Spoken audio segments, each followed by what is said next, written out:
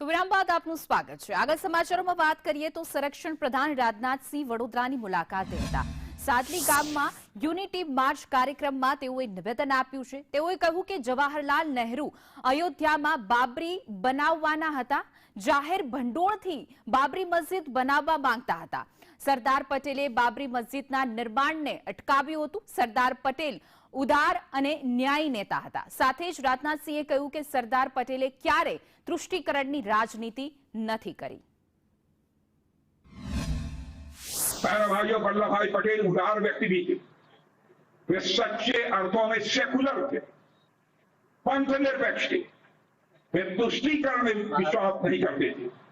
जब पंडित जवाहरलाल नेहरू बाबरी मस्जिद के मुद्दे पर सरकारी खजाने से पैसा खर्च करने की बात जब उन्होंने छेड़ी थी, सरकारी खजाने से पैसा खर्च करके बाबरी मस्जिद बनवाई जानी चाहिए, उसका भी विरोध यदि किसी ने किया था तो गुजराती मां की कोख से पैदा हुए सरदार वल्लभ भाई पटेल ने ही किया था मेरे कहने पर।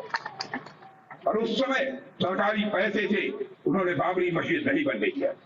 फिर नेहरू जी ने सोमनाथ मंदिर के पुनर्निर्माण का सवाल उठाया।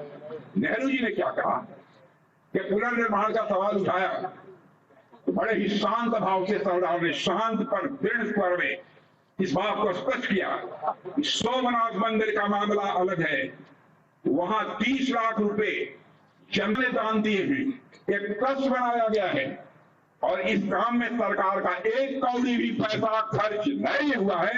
यह सरदार वल्लभ भाई पटेल